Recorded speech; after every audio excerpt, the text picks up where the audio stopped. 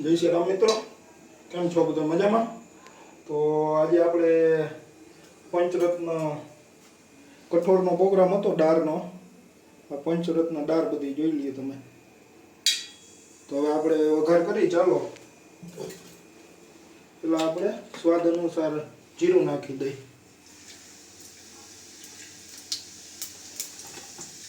પછી આપણે નાખી દઈ રાઈ. જેમ સ્વાદ પ્રમાણે જોઈને એમ જ નાખવાનું. પછી આપણે મસાલા નાખી દઈ. લીમડો છે, મીઠો, કડી પત્તા,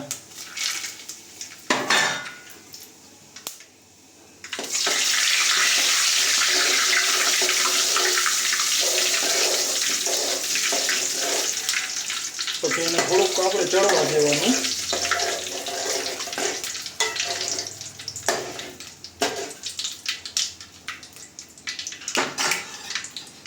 થોડુંક ચડી જાય પછી છે આ ડુંગળી લસણની પેસ્ટ, લસણ, આદુ, આ ડુંગળી,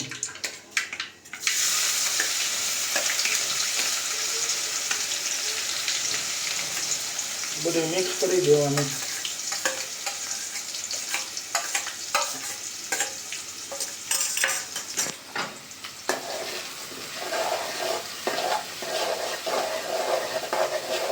પછી ધીમા ધીમા તાપે પકાવવાનું.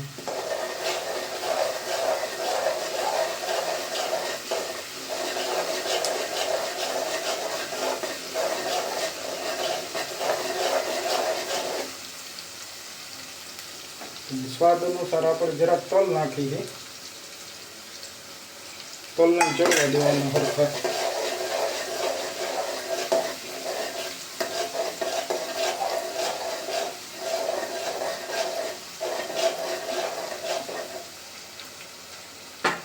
પછી આપણે જેમ જોઈએ એમ સ્વાદ અનુસાર થોડું થોડું નાખી દેવાનું. હળદર, ગરમ મસાલો,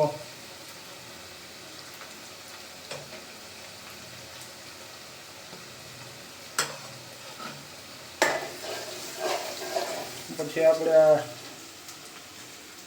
ટમેટાની ગ્રેવી રહે એ એડ કરી દેવાની.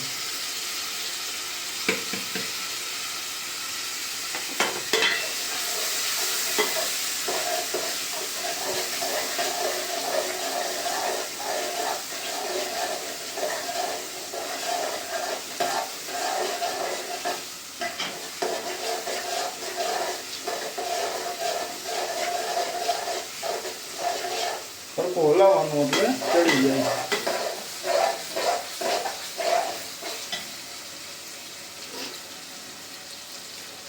પછી આપણે અહીંયા લસણવાળી ચટણી છે, સ્વાદ અનુસાર નાખવાની. તમારે જે પ્રમાણે તીખું ખાવું હોય એ પ્રમાણે.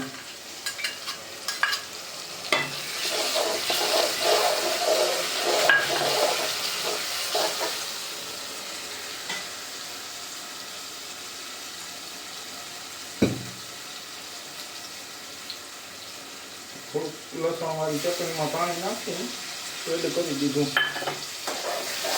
તો થોડીક વાર પાકવા દેવાના મસાલાને. અને જેને સ્વાદ પ્રમાણે જે ખાવું હોય, તીખું ખાવું હોય એટલું રાખવાનું.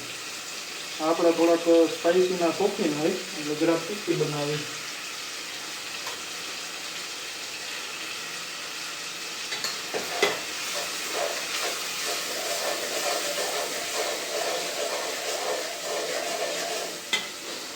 પછી આપણે થોડું પાણી એડ કરી દઈએ કે મસાલા બળી ન જાય એના માટે જરા પાણી એડ કરી દીધું, અડધા ગ્લાસ જેવું.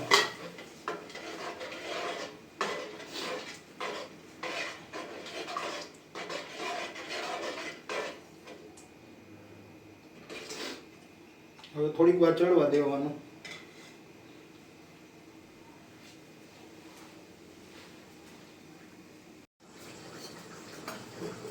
હવે આપણે જે દાળ રાખી હતી એ એડ કરી દઈ પંચરત્ન.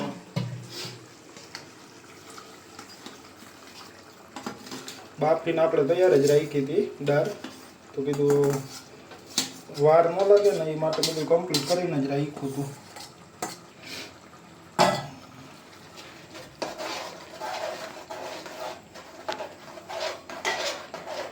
પછી આપણે જેમ સ્વાદ પ્રમાણે લીંબુ જોઈને એમ ખાટું મીઠું કરવું હોય એડ કરવાનું.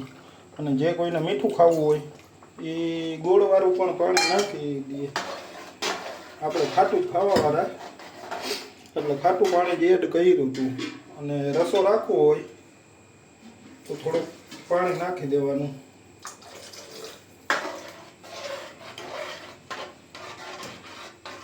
થોડીક વાર હવે ગેસ ફૂલ કરીને પાકવા દઈ.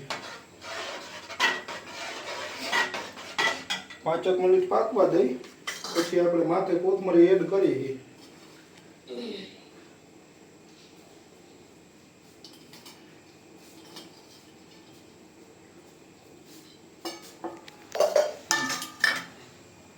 ને આપણે જોઈ લ્યો ગામડાના રોટલા મઠા.